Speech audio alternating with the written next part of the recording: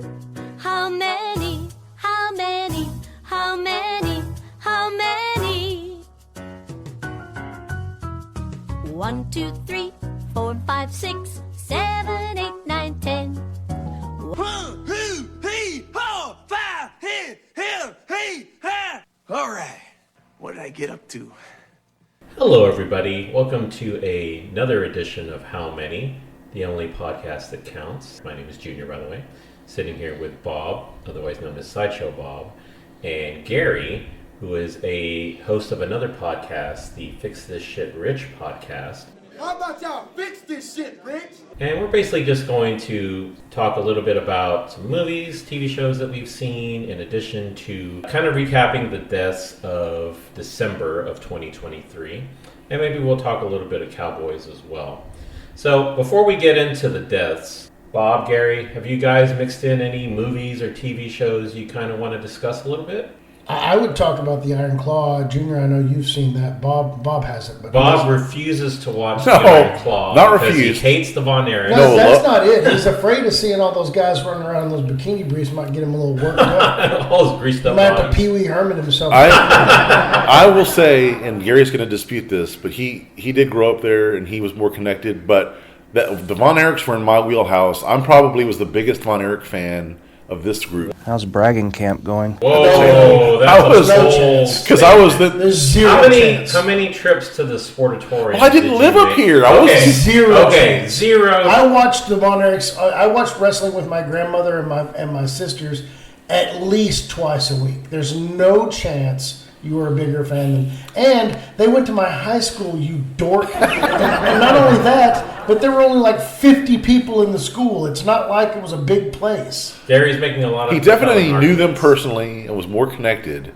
but I was a huge fan. Did you watch a lot of WCW? Oh, yeah. Back in the day, the Friday and Saturday night, those were on every weekend. Outside of the Von Erichs, who else do you know? Well, I wasn't as big in that... What do you think about Brian Adias? I don't remember that His guy. real name is Brian Gower, by the way. Okay. He was Carrie's best friend in school. So, I went to school with Jason, which is his brother. But. Obviously, Gary would win any kind of bar trivia. Yeah, he knows more about the Von Erichs. I'm not disputing that. I'm just saying I was a huge fan. Other than the Von Erichs, I was more into the TBS wrestling. Like, I love the Von Erichs, but all the other wrestling I watched was the WWF? No, it was whatever Gordon Soley was on. Till next week, Gordon Soley saying, so long from the Sunshine State. Where they would have... ECW where, yeah, they'd have, like, Dusty Rhodes and... The American Dream, Dusty Rhodes? Well, but they had, like, Wildfire Tommy Rich. That was my favorite wrestler. That dude was badass. So WCW had... Ted DiBiase, the $1 Million Man. There all the time. But I'm the $1 Million Man. And you will be bought. There's a lot of Bruiser Brody, right? Bruiser in Brody was there all WCW, the the time. Fabulous Freebirds. Freebirds, The yeah. Freebirds were the biggest Von Ole and Arn Anderson. Abdullah the Butcher. Do you remember those guys? Ole Yes, and Arn I do Anderson? remember the Andersons. Kabuki. And Ric Flair was on the TBS one for a long time, Do you have too. a fake Ric Flair that you can regale us with? Woo! I think it was more of a visual. That was a big fan that was guy. better than the guy that was in the Iron Claw, I'll tell you that much. Yes, Gary has some hot sports opinions about the fake Ric Flair that showed up He in was the Iron Claw horrific. movie. That was a really bad Ric Flair. Now, Now, let's get to the less pretty facts of life. Kevin, your daddy got together with the powers that be in order to be back down here in Dallas. Ain't nothing happened in second-rate sports community. I am the world's heavyweight champion because I am the greatest wrestler alive today, the toughest wrestler alive today. I have bled and sweat for this title. No daddy's boy is going to take that from me. This is professional wrestling. It is the most grueling of all professional sports. I've been stabbed, hit by chairs, beat up by everybody. I don't cry, I don't complain, I carry on. But the bottom line is, you're denying. I am talking right now. Hey, listen to me. Listen to me. I'll tell you what. You like talking to me on the show. You will listen to me talk while I'm out here. The bottom line is, if you're a man, You take the ups and downs. If you're a real man, you never go down. You just stay up. Me, I thought he was just fine. He had some good shtick too, especially after the match when he was in there smoking the cigarette. He was impressed that Kevin kicked the crap out of him. Gary, since you are the closest to the Von Erichs, from just based on this discussion, you, I think, liked the movie. I liked the movie, but for those of us that grew up in like Dallas around the Von Erichs, a lot of us have some sort of at least a tangential connection to that family. Like I played football with Robert Murray, and Robert Murray's sister Kathy was married to Carrie. So like you're around these people, you know them, you know their extended family and things like that. You know a lot of stuff about them, and then you get to the movie, and like in the movie, Carrie's not married and he doesn't have kids. But in real life, Carrie was married and had kids. But they ignore that. The thing about Chris, the reason for the most part that Chris probably killed himself was because he wasn't anything like his brothers. He seemed really short. Well, supposedly that was like he took a lot of asthma medication when he was young and it stunted his growth. That's the story. Who knows? Fritz was a lot older when so he should have been in the asthma ring instead of. So Jimmy should have sent him to the asthma ring. That right there is why you're not a Von Erich fan. The whole reason why he killed himself is because he felt like he was really like part of that family lineage. And then they left him out of the movie, which would be like if he didn't already kill himself, then he definitely would have after the movie. So it just little things like that. They pretended like when Mike came out of the coma that he was essentially a walking zombie, and the truth was Mike went back to wrestling. He was never the same. I've heard Kevin say that several times.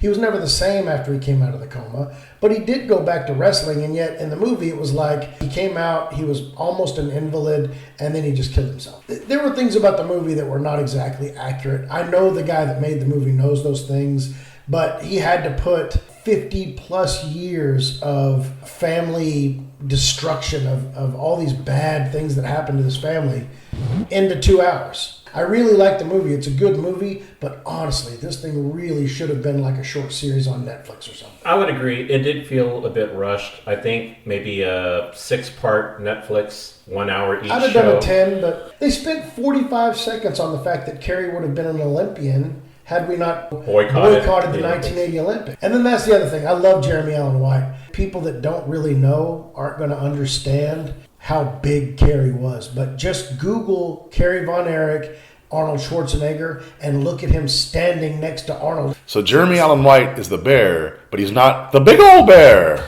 Now you saw the big old bear. The big old bear! Your nemesis. I will say the best of the casting, I thought, was McElhaney playing Fritz Von Erich. He was a looked great Fritz. Very much like him. He's not quite as barrel-chested, but that's nitpicking. He was a very good Fritz. So I would say thumbs up for Iron Claw for me. Gary, you're a tentative thumbs up? No, definitely thumbs up. All I was saying was, if you don't know any of the story, you don't realize what you're missing. Yeah, and Bob hates the Von Erich, so he's boycotting the movie. Stupid. So, outside of the Iron Claw, I know you guys have recently just gotten through the end of Letterkenny, right? Yes. Now, I've only gotten through the first 2 episodes. The last one I saw was when Jim Dickskin did his country music video. Where they did the corny formula for country music. The 2 essential elements necessary in constructing a hit country music song are as follows. Number 1, a unique hook, Which must also be used as the title of the song. Thank God times the countries, boys. dig deeper, 5 o'clock somewheres. deeper. Save a horse, ride a cowboy. Giddy up! With smoking the sun darts or whatever. That was good shtick. Yeah, and so was the stand-up comedy episode. The first Laughter one as well. Kenny. But I have not gotten through the whole thing. But I assume you guys have some hot sports opinions on that show. It was awesome, and I'm going to miss it. I love Letterkenny. I don't care if it's tailed off in the later seasons. It's still greatness. And I don't even feel like it tailed off this season, I don't think. I think this was a good season. It was a good season. It was short. Yeah, they just said they're running out of stuff to do with the characters, and I can understand that. Plus, they moved on with Shorzy. They managed to get everybody back in the season, although there was very little generic youth minister. Glenn was almost not in it at all. Yeah. And you know who was absent completely? Joint Boy. They had Tyson, no Joint but there was no, like, was Joint Boy booked up? But there's lots of Stewart and Rolled. There's almost too much You will Stewart and actually Rolled. hear the voices of the two side skids that never speak. Now, since you brought it up also, I did make it through the second season of Shoresy. Yes. Pretty solid, and I'm almost wanting to say better than Letterkenny, because it has a more cohesive plot that runs throughout the entire season. Like, Well, you I know what think it's about. That's creative direction, though. Like, Letterkenny is so Shoresy has all an- over the place. Well, Like, so Shoresy has an overall plot because there's something that they're doing. It's a hockey season, and you're just sort of spending time with them during the season. But everything is centralized around the team. I like Shoresy, but I think Letterkenny's better. For one thing, the characters in Letterkenny are better. The Shoresy characters, like Hitchcock and some of those guys, they're okay, but they're not as funny as the Letterkenny characters. You don't like Ted Hitchcock? He's okay. You say it fast, it sounds like 10-inch cock.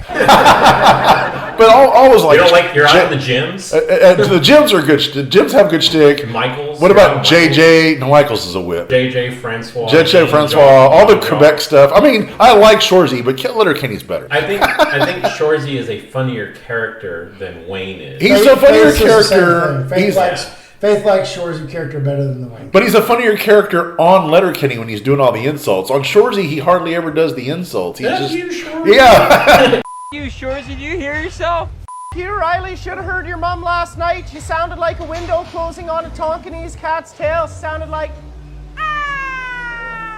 All right, let's switch gears and talk about the Cowboys for a minute. We just watched them complete the winning of the NFC East division. It got so bad to the point where Dak didn't even need to play the whole game. There was a couple of concerning issues. There was an injury. Stephon Gilmore looks like he may miss at least the game. We don't know that. According to Bob and his inside sources. My inside Facebook sources. Yeah, he's really the only major injury I think we had this game. Now, a couple of our offensive linemen missed the game, but we expect that both of them would play in the first round of the playoffs. But the important thing is, we have won the division. We've got number 2 seed, and it looks like we're going to be playing the Packers in the wild card round. How do you guys feel about that first round game? No Aaron Rodgers. We don't have to worry about Aaron Rodgers. He's usually been the Cowboys' playoff kryptonite over the last decade or so. So It's at home.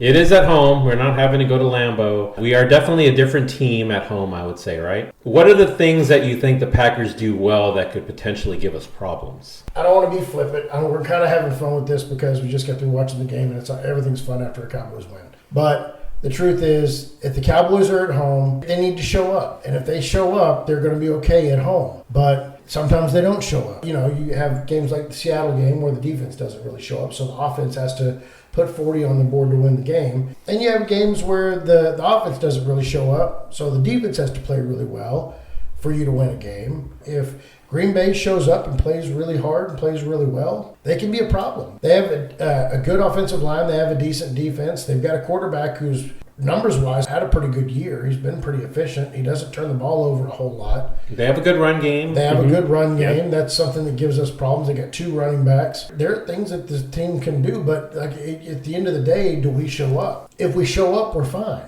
Because there's nobody that we're going to see in the first or second round that at home, if we play the way we've played at home this year most of the time, that we shouldn't be. Now, within our half of the playoff bracket, assuming we are able to get past the Packers, we would potentially play the Lions, who look like they're going to play the Rams, and that's no gimme either. I could see the Rams definitely pulling off an upset there as well. But we just got done playing the Lions, and I would say we were pretty fortunate to win that game. I mean, there was fortune on both sides. They had the long fourth down fake punt.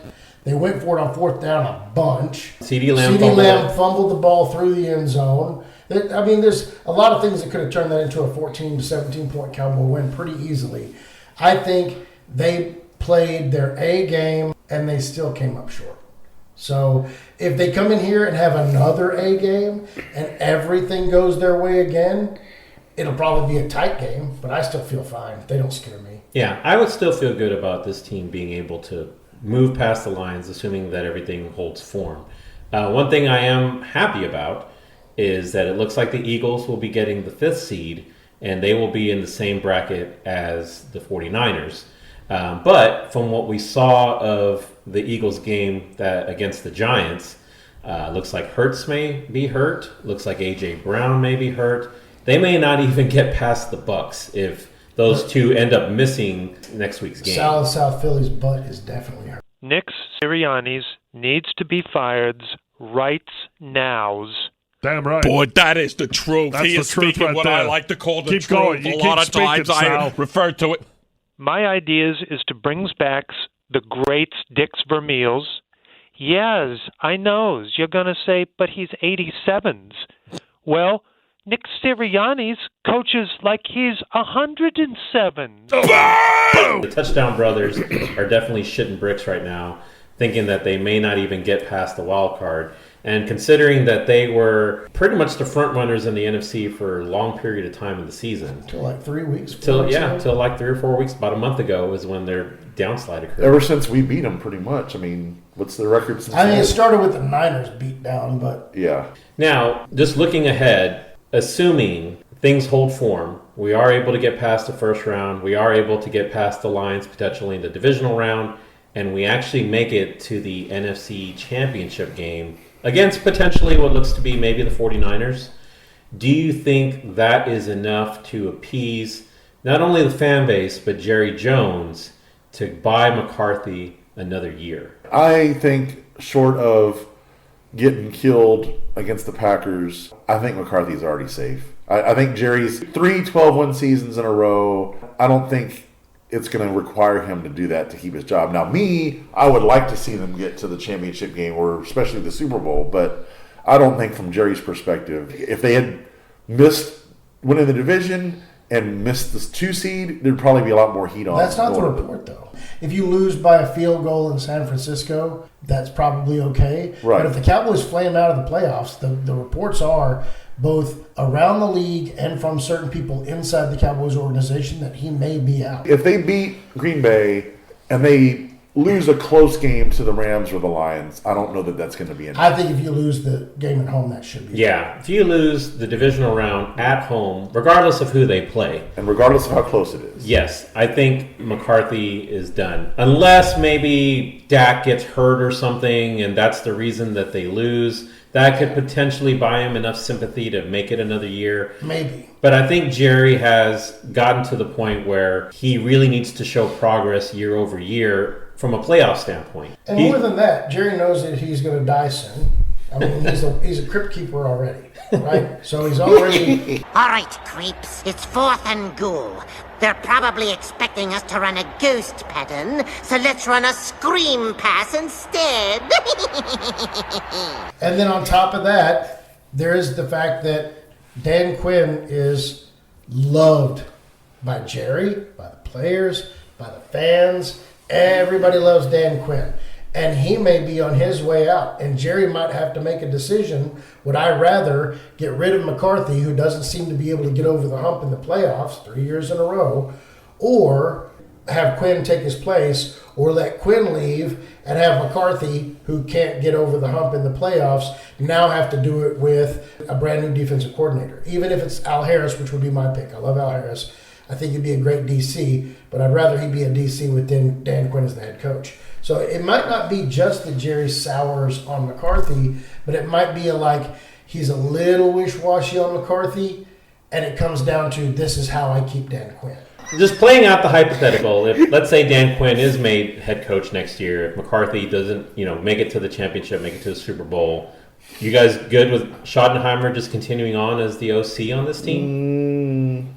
It's probably Dak's call. The results are kind of speaking for themselves. I know McCarthy is running things, but unless Schottenheimer is just sitting down at his office not doing anything, he must be contributing in some way. You know who might be available given what happened this season where he is Kellen Moore. Time to bring him back. All right, well, it will be interesting to see how the playoffs unfold. Let's move into the death section of our episode. We're going to do December of 2023. I have a total of 19 names on here. Bob, out of the 19, and we could add some honorable mentions if you want to. I'll say 13.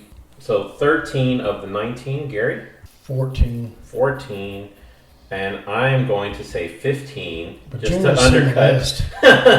I have seen the list, but I don't know what you guys will count. Starting off, I have Denny Lane. Oh, from Wings. Which was, yes, English Hall of Fame musician from Wings, the Moody Blues, and a songwriter. He wrote, apparently, The Mull of Kintyre, if anybody's heard of that Mull of before. Kintyre. It was a big hit in the UK, not here. Wasn't that the chick on Seinfeld that he couldn't remember her name? Mulva. Oh, that's terrific. Mulva. I am not really all that familiar with this person, Bob. It sounds like you know this Yeah, guy. I know him, but it's not a huge trifecta name or anything. So you would say no. Gary, have you ever heard of Denny Lane? Now, if it was I like Penny that Lane, song. if it was Penny Lane, Penny I'd be in. Lane, he's in the casket. So Denny Lane, we will say no. How about Norman Lear? Yes. From All in the Family to Sanford and Son and The Jeffersons, Norman Lear was behind some of the most iconic shows, credited with breaking barriers, exploring controversial social issues like race and civil rights. Let me tell you something, Mr. Stivic. You are a meathead. American Hall of Fame television writer and producer. He did All in the Family. He did Maude. He did The Jeffersons. Good Times. Good Times. Lots of good and One Day at a Time. Historical TV shows. Yeah, Sanford and Son. He was huge. Would you say he was the king of 70s and early 80s sitcom television? Yeah, without a doubt. Was there even TV producer contemporary that would have any kind of pushback on Norman Lear being the king? I don't think so. Back then, no. I think now today the closest would be somebody like Chuck Lorre, the guy that does all those shows like Big Bang and what's her name's dad? Spelling? Spelling. Oh yeah, Aaron Spelling. Yeah, he was kind of a pioneer, and All in the Family was one of those shows that was one of the first times that there was like an American adaptation of a British show. So that started a whole trend all the way through, So there like was The a Office. British Archie Bunker? Yes. And I mean, he wasn't called Archie Bunker, but it was based on a show. Sanford and Son was the same way. It was based on a British show. So there was It a was called Steptoe and Son. Did they run a junkyard just like Sanford did? I never saw it, but I'm telling you, it existed. I would say that James L. Brooks would be someone similar as far as a TV producer from back in that day, because he did Mary Tyler Moore, he did Taxi, he did Cheers. So we will say yes to Norman Lear. Next up, I have Richard Kerr, English singer, songwriter. He wrote Brandy, I'll Never Love This Way Again, Looks Like We Made It. So he did some Barry Manilow hits. I'll Never Love This Way Again, I think. Dionne Warwick, Brandy's Looking Glass. Yeah. So some pretty big hits there that he wrote. Yeah. But I had never heard of the name before. No name recognition. Those are some big hits, though. They're I'm decent. willing to hear any kind of positivity around counting this guy. Gary, have you ever heard of Richard I mean, he's Kerr? going to poo-poo it because he's got the lowest number in the group. I don't want to poo-poo. And you're going to push him up because you get the highest number. I have the highest number. So I'm just trying to mark X's until I can get to the right number. I was going to say, you have a very specific target. Since you two sandwiched me. So if it was Steve Kerr, yes. Oh, Richard Kerr. Now I'm over sure. Just on the off chance they share DNA. Only because of his Spurs tie-in. Well, specifically his Spurs tie-in versus the Mavs. I think Gary holds that against Game 6. Yeah, keep talking about this and see if this doesn't turn into a doggy book. And right now, Dallas doesn't want a double because this man has been killing him. He gets it back. He's going again. Can't they defend it? He's hit another 3-ball. Okay, so it sounds like Richard Kerr is going to be a no. Now, Richard Karn, Al from Home Improvement, Yeah. I would count him. Yeah, and he also did Family Feud, didn't he? Or some Yes. kind of, yeah. And I would count him show. because when Susan and I got married, the limo that took us from the church, he had been in that limo earlier that day. At least that's what the driver bragged about. Because there was He had picked up Richard Karn. So you both DNA'd the back. He had said there was like a home and garden show at Rolling Oaks Mall that we were in San Antonio. He had taken him to that show. He was like the guest of honor at Yeah, Home and Garden Show. because it was he Home on Improvement. Yeah, this is 92. Okay, so that's Bob's bragging montage about being Richard that Karn. close to Richard Karn. Okay, next up we have Ryan O'Neal. Ryan O'Neal's first TV job came in a 1960 episode of The Many Loves of Dobie Gillis. Other TV work would follow, including a spot in 1962 on My Three Sons. He and his leading lady, Ally McGraw, both earned Oscar nominations for the classic 1970 romantic drama, Love Story. The film turned O'Neal into a movie star. He paired up with Barbra Streisand for the 1972 romantic comedy, What's Up, Doc? A year later, O'Neal would be nominated for a Golden Globe for Paper Moon. His real-life daughter, Tatum, took home the Supporting Actress Oscar for her motion picture debut. Actor, Love Story, Barry Lyndon, Paper Moon. He was also a boxer before he became an actor, too, which is why I guess he was in the movie Main Event with Barbra Streisand. And apparently continued that pugilism with Farrah Fawcett as well. Also a father. Yes, Tatum. The father of Tatum O'Neal. The movie, when I think of Ryan O'Neal, the movie I always think about is Irreconcilable Differences, which Drew Barrymore was the daughter, and he was married to, I want to say Sharon Stone. Sharon Stone, yeah. That was one of those HBO mainstays from the 80s that always came on, so I always remember seeing that movie. The one I always remember is when he was the boxer and having out with Barbra Streisand. What was Main Event? Yeah. Which I just talked about, didn't I? Not just bring up Main Event when I was tying it into his boxing. When you don't listen to this later, you won't hear the fact that you just mentioned You even nodded at me and said, yeah. When Well, it's because I was Event. working up the Farrah Fawcett joke at that point. So I think he's a shoo-in, right? Does anybody have any issue with Ryan O'Neal? I'm sure he's got some bigger movies than the ones I've mentioned. Love Story is like a huge 70s. He probably, other than Burt Reynolds and Clint Eastwood, he's probably number 3 of the 70s of actors. He's way up there. Which is weird because he didn't really do any action movies. It was more like drama, lovey-dovey kind of movies. All right, so I think we're all a yes for Ryan O'Neal. Next up, we have Tony Tarantino, who was an actor, but I think his biggest claim to fame is he is the father of Quentin Tarantino. Now, Tony Tarantino, I think he was just a bit actor, character actor. I like his pizzas. Yeah, Tarantino. Tony Tarantino boys. This one was a fringe add to the list. Being Quentin Tarantino's dad, I guess, might be a big deal. I mean, if your DNA is added to the general public, I don't know. Plus, it doesn't look like it was that good a DNA. I don't know. Quentin Tarantino, probably top 5 director all time. All time? Yeah, I don't know about all time. That's probably a bit of a stretch, but regardless, he's weird. He does have some kind of foot thing. So right? what does Dad do to him that made him grow up that way? He has the Ryan foot fetish. Rex Ryan. Oh, you don't have to put your feet in. You can leave them out. Yeah. Actually, you have really beautiful feet. I'm sorry, you don't get in because you're Jose Canseco's brother. Yeah. No Ozzy Canseco's. Right.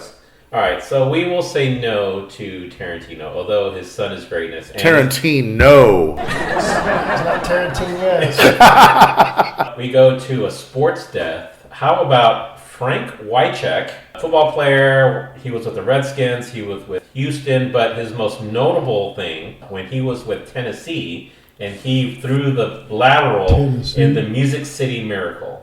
Going to be fielded by Lorenzo Neal at the 25. Pitches it back to Wycheck. He throws it across the field to Dyson. He's got something. 30, He's got 40, something. 50. He's got it. 40. He's got it. 20. 10. He's got it. End zone. Touchdown Titans. There are no flags on the field. It's a miracle.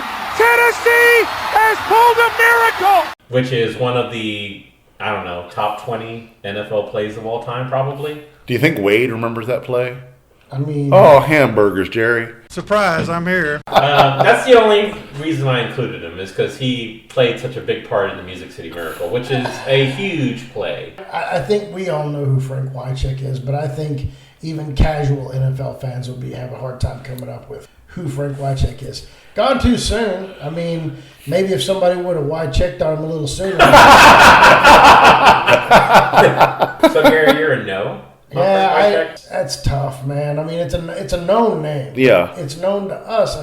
Like I said, your average, just casual NFL observer, they might remember that play you're talking about. There's no way they remember that he's the one that threw the ball backwards. I definitely remember it. And I do too, but I think we're not casual NFL observers. I think if he played for your team, you'd count him. Like if he was a Cowboy, we'd count him. Yeah, if he was. He did play for your team, Bob, because he played for the Houston Oilers, which is your team. That is true. I can't believe you're turning your back. Junior makes a good point. On a Houston Oiler, which was your fandom growing up. I'm going to say yes, just because the Music City Miracle was a... Because we're the Houston Oilers.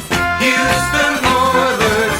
Houston Oilers #1. A huge play. And because you're the highest number on the list. That too. But, Bob, you're the decider here. Well, when he was laying there, it was Love You Blue because skin turned that color. But no, I'm not going to count him. Okay, so no to Frank Wycheck. How about Andre Braugher, actor? Yes. Homicide, Life on the Street.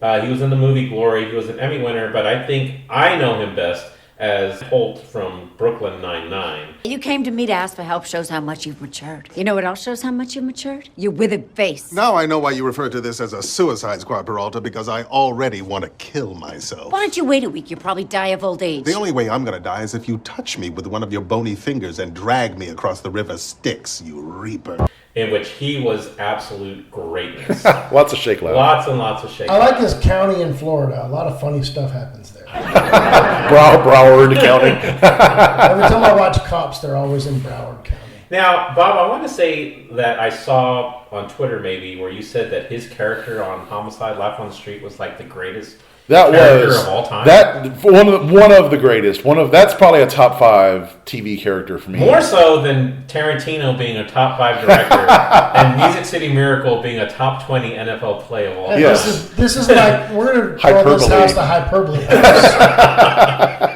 I never saw Homicide. That series is great. Bob's computer setup over there is top 5 greatest computer setup I've ever seen in my life. We've all gone full Corby.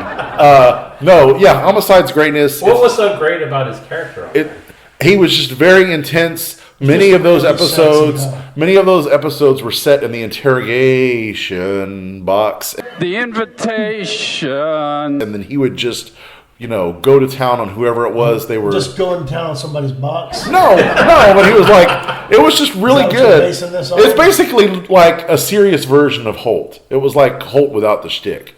So it was really good. That series is really good. It's not streaming anywhere because of the music rights, because they used a lot of music in every episode. Well, was it based in New York? No, Baltimore. Baltimore? Yeah, it was like pre-Wire. It was David Simon, same guy that did The Wire. So it was like network TV Wire, but it was really good. It was real edgy. So his character was hanging out in Amsterdam the whole time? Pretty much. Interrogating? He was all Bunny Colvin'd up. Do they wish they had just gone with the Law and Order bum-bum?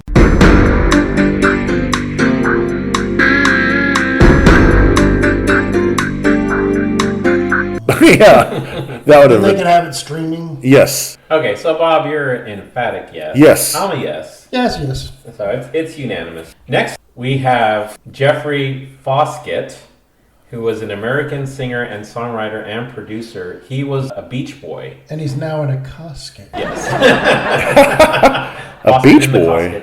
Says he was a Beach Boy. I've never heard of this guy. Yeah, I haven't either. Because I saw had some correlation to the Beach Boys. I thought maybe you guys may know him. No. It's sounding like Foskett in the casket is a no. How about John Rambo Stevens, an English music producer and manager? I think his biggest claim to fame is he was the personal minder of John Linden, who was Johnny Rotten of the Sex Pistols. So he was Johnny Rotten's handler? Yes. He was basically...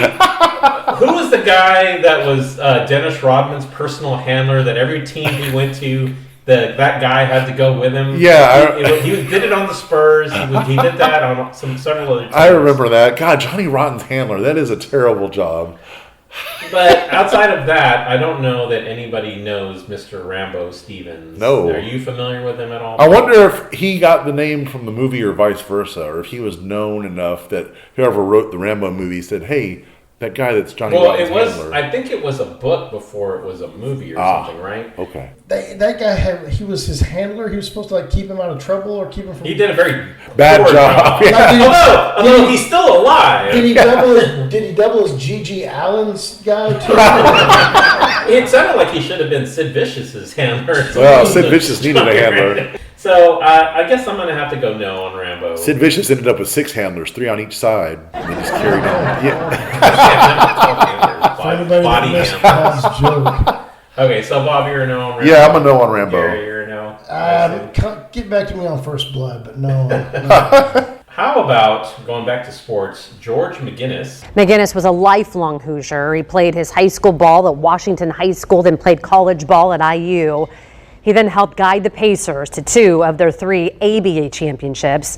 He's one of 4 Pacers to have his jersey retired by the team as well, and was inducted into the Hall of Fame in 2017. George McGinnis was 73 years old. Hall of Fame basketball player. He played for the Pacers, the 76ers, the Denver Nuggets. Anytime somebody's in the Hall of Fame of that particular sport, it's almost Anything automatic. ABA related is I'm out. Dang You it. hate the ABA? Where the Spurs come from again? Dang it. But more than just I the rest my Spurs. But, you know, the other day, and I I know... don't care about the rest of those things either. When they were talking about George McGinnis on the ticket, and Craig made a really good point, because he said he really was kind of an early prototype version of LeBron. He was a big guy that played a very more versatile type of basketball than guys his size normally had at that point. Like Magic Johnson?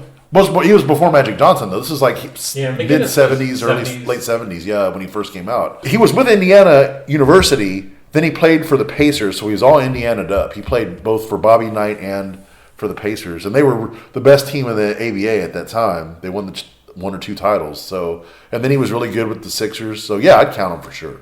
Yeah, I would have to say yes, just because I never watched him play, but he's a Hall of Famer. You almost have to shoehorn those in. Gary, he's not a Mav. So. You guys both said yes, so he's going to regardless, right? So he's no. I don't even like his beer. Now, Gary, this one will appeal to you because we have a former Mav now on the list. How about Eric Montross? Oh, that's right.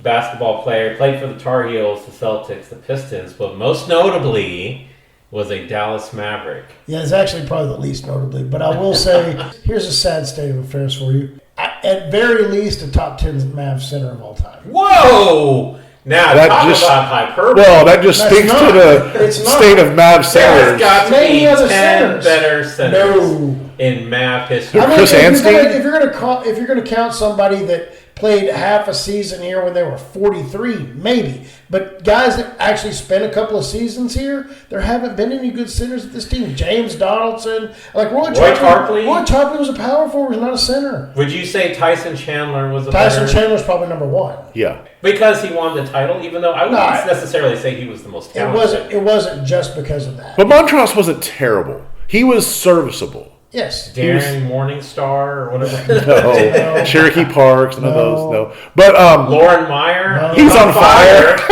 I'm just making my case for him. I would count I Montross. almost said top 5, and then I decided to back off a little bit and say top 10. Wasn't he in the Chris Webber timeout game? Yeah, I think that was against North Carolina when Yeah. Michigan called the timeout. Michigan will have to bring it. Oh, he walked! He walked and the referee missed it. Weber brings it into the front court. They have no timeouts remaining. Oh, he causes too many timeouts. That's a technical foul. He called a timeout. Michigan doesn't have any. He was great in college. Seems right, but yeah, he was an awesome center in college. Yeah. He had a solid pro career. I got no problem. Yeah, I would count Montross. All right, so. But now, if I apply the same rule that I apply to Wycheck, this is where we Yeah, get who into, outside of this the is when we teams he get played into. for? Well, I want to say just because he was so big when he was in college. Well, that's what I was saying. The college is where the differential Right, is. Because because- Wycheck, nobody knows where he went to Yeah. college or did anything. All right, so we'll say yes to Eric Montross. Next up, we have Laura Lynch, who was a musician. She was one of the original Dixie Chicks. So, does that get you in that you were? I mean, she wasn't the main. She was the Pete Best of the Dixie Chicks. They were huge, but you're right. She wasn't really like the main. Yeah, the ones when they were huge, it was the 3 that are in now. Yeah, not a lot of big hits during her tenure, I would say. She's not the lead singer chick. So. Natalie Maines. Yeah, there's no fake Laura Lynch calling into the E-break. Calling into the E-break. Come on, AM radio.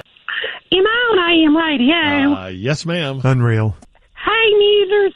I want to vote for it's an international chirp chirp or something, just so you know. And y'all have a happy, dusty cow town. Love you. Now, when the fake Natalie Maines does pass, she will get in strictly for the ticket tie-in alone. Yes.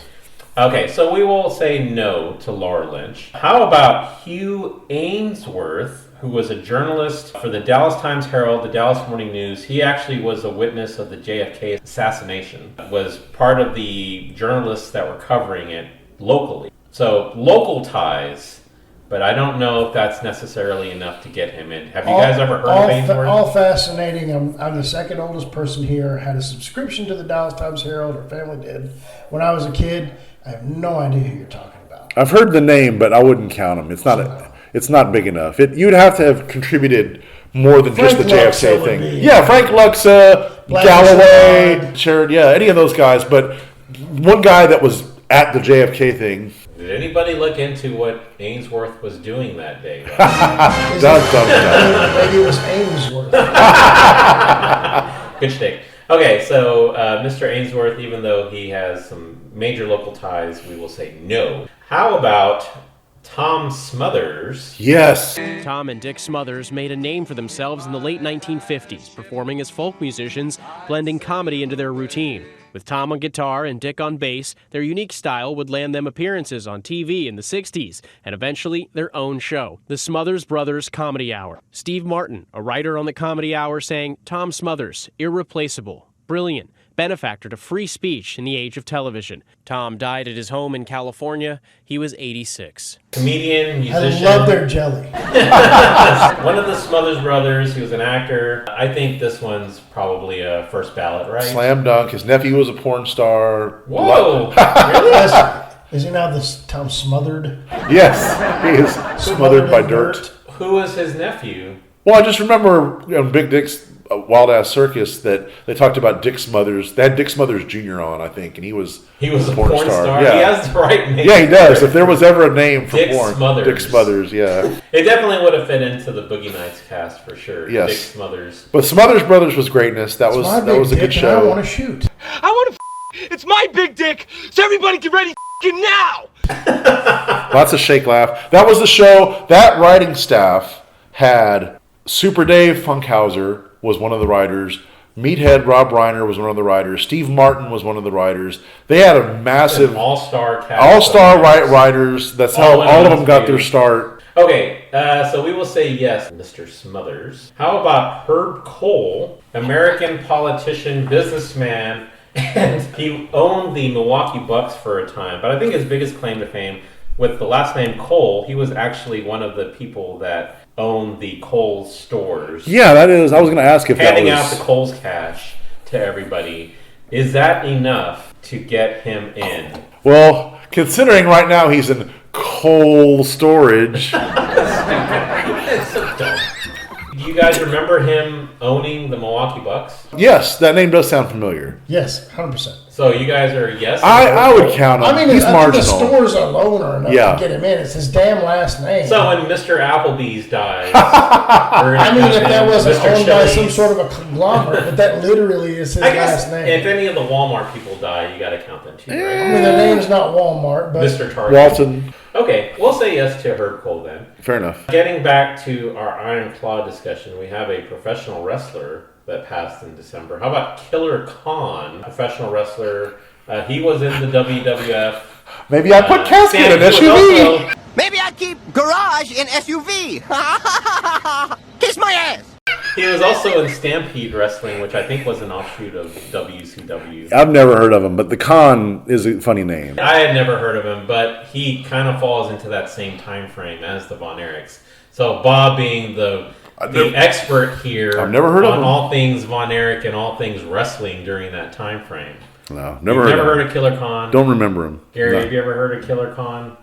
Did you know go to high what? school with this guy too? I am not from outer Mongolia. So, That name does sound kind of familiar, but I think the guy died recently, so I probably just heard it on the radio or whatever. Speaking of wrestlers from that era and going to school with their kids, I don't know if I've ever added this to my bragging montage before, but do you remember Ivan Putski, Polish Power? Yeah, Polish Power, Ivan Putski. Yeah, so he lived in and around Austin quite a bit, and there was about half of a school year, I think it was 4th grade, where his son and his daughter went to my elementary school. Every day, I'm not exaggerating this, every day they wore Putski Polish Power t-shirts to school. Every day? I don't know if it was the same exact shirt, never washed. but they wore a Polish Power shirt to school every day. So far you've bragged about being in the same limo as Richard Karn. And spending half a year of elementary school with the Putski kids, yeah. Mark that under who gives a Scott Putski was the son, and I think he actually ended up becoming a wrestler too. Yeah, Putski Power Jr. Dick Smothers. He was the Dick Smothers Jr. of that family. So the Putskis, they had kids. Where's that movie? Where's the Polish Power? First house I ever bought was a Putski, I think. Oh, Pulsey. Pulsey? It's Pulte. All right, so I don't know how we got to that from Killer Khan, but we're saying no to Killer Khan, right? Okay, when Ivan Putski does die, yes, then we'll bring that back. And they'll make an Iron Pierogi and they movie won't. or something. Iron Pierogi. Okay, wasn't that funny? Okay, next up, we have Tom Wilkinson, Yes. actor. He was in The Full Monty, In the Bedroom, but I think I remember him most from Michael Clayton, which was the movie with George Clooney, where he was like a crazy guy that was locked up for murder or something like that. They killed them, Michael. Those small farms, family farms. Did you meet Anna? No. Oh, you gotta see her. You gotta talk to her. She's a miracle, Michael. She's God's perfect little creature. And for $50 million in fees, I've spent 12% of my life destroying perfect Anna and her dead parents and her dying brother. When was the last time you took one of these? No. I'm not losing this. Everything is now finally significant. The world is a beautiful and radiant place. I'm not trading that for this. If it's real, the pill won't kill it. I have blood on my hands. You are the senior litigating partner of one of the largest, most respected law firms in the world. You are a legend. I'm an accomplice! You are a manic depressive. I am Shiva, the god of death. Pretty well known. Yeah, multiple Oscar nominations. I think you have to count them. Oh, yeah. That dude's been in a ton of stuff. Yeah, ton of stuff. Very recognizable face. I think he's definitely in, right? Oh, he's the bad guy in Rush Hour. All right, so we'll say yes to Tom Wilkinson. Next up, we have Shecky Green, comedian and actor. He was in History of the World Part 1, Splash, Tony Rome. I think he was in The Grade Below Bob. yeah, I think they were contemporaries in high school. The thing I think of when I think of Shecky Green is the Barry Sobel rap when he says, "Or someone named Shecky, I'm just a mother effing king of jokes. There is none more funny." This stupid rap that he did in the 80s. Zodiac? With The Zodiac. I'm not the Beastie Boys. I'm not Run DMC. I'm not Jay Leno or someone named Shecky. I'm just the motherfucking king of jokes. There is none more funny. If this was Las Vegas, you'd be throwing down money. See, here I am, so understand. To where I'm in New York, I'm in the promised land. I'm a stand-up comic. Well, that's my line. And I'd like to know your zodiac. Zodiac. Zodiac. Zodiac sign. Yeah, he mentions someone named Shecky in his rap lyrics. Well, Shecky Green was a punchline among comedians. They would always throw his name out as being like this prototype spare comedian. So, but he was in a lot of stuff. And, I think he went on to do a lot of like game show appearances. Oh, yeah. He was probably in Password and Hollywood Squares and I think the guy was Pyramid. he was a Vegas headliner in the 50s and 60s. Yep. And yet the only one of us that was alive for that was Bob. And yet we all know who he is. Yeah. Does that mean something? Did he run with the Rat Pack? Well, you wouldn't have been a headliner in Vegas if you didn't have some kind of connection. Apparently, he had a feud back and forth with Sinatra, which makes you wonder how he just now died. Because he was getting protected by the rival. Okay, so it sounds like Shecky Green is a yes? Yeah, I'd count him. I'd say yes. Okay, so we'll say yes to Shecky Green. Last on the list, we have Cale Yarborough, Hall of Fame racing driver, founder of the Cale Yarborough Motorsports, NASCAR champion. Yeah, I think he's who Gas Cap Louie is based on. On Cale Yarborough? I think so, yeah. Yeah, well, I just got to say, it's good to sit down with you guys and actually be face-to-face here in a world in which everyone's always executing and prosecuting their lives with texting and Facebooking and Twittergramming and all that sort of thing. It's good to have a little one-on-one FaceTime going on with soon-to-be executing. And I'll tell you what, being face-to-face is kind of going the way of the soon-to-be extinct dodo bird, you know what I'm saying? Well, yeah, I guess. But you guys taking upon yourselves to be out here supporting the support that's been so good to me in my life, and I've dedicated my life to it. It means a lot to me. It means a lot to the race community at large. We appreciate you, and we're glad you're out here. Yeah, I've definitely heard of the name. The Yarborough name, I think, is pretty synonymous with racing, right? Yes. So, yep. I think that's a shoe-in automatic. That concludes my list. We didn't have any honorable mentions that I forgot. That gives us a total of 10 yeses out of the 19 names we had. So we definitely overshot on how many we were going to include. All three of us went over the number. So Gary was closest, right? No, you were. Bob was closest at 13, but this is Price is Right rules, where nobody is a winner. We all lose. We're all losers. All right. Well, I appreciate you guys spending some time with me, and we will try and do this again next month. Bob, if anybody needs to get a hold of you, they can reach you on Twitter at Lukewarm Tallboy, right? Yes. And you are still doing your podcast with the Campfire Songs crew as well, right? Yeah, although one of those dudes had a heart attack, so it might be a while since we...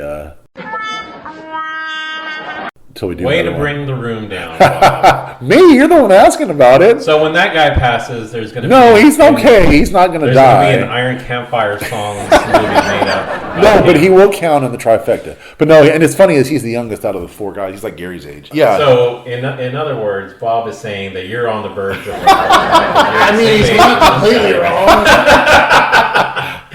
So Gary, if anybody needs to get a hold of you, they can reach you at travel_cowboy. Yeah, that's it. And you also run a Cowboys podcast called Fix This Shit Rich, and that can be reached at Fix It Rich. At Fix It Rich. On Twitter, which you have with your UK cohort, Mark Dempsey, right? Yep. You guys try and get that done once a week, and we're going into the playoffs, so this is going to be a very happening time for you guys. Yeah, we're actually going to record tomorrow. And in addition to just doing weekly Cowboy game recaps, during the offseason, you guys do free agency talk, you guys do draft talk. You guys have a lot of different topics outside of just the regular season, so make sure and check them out.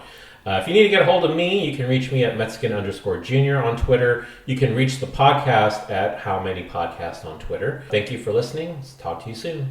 Talking about sun darts, talking about broken hearts, talking about teenage love and truck parts, talking about county fairs and golf carts. Take me right back.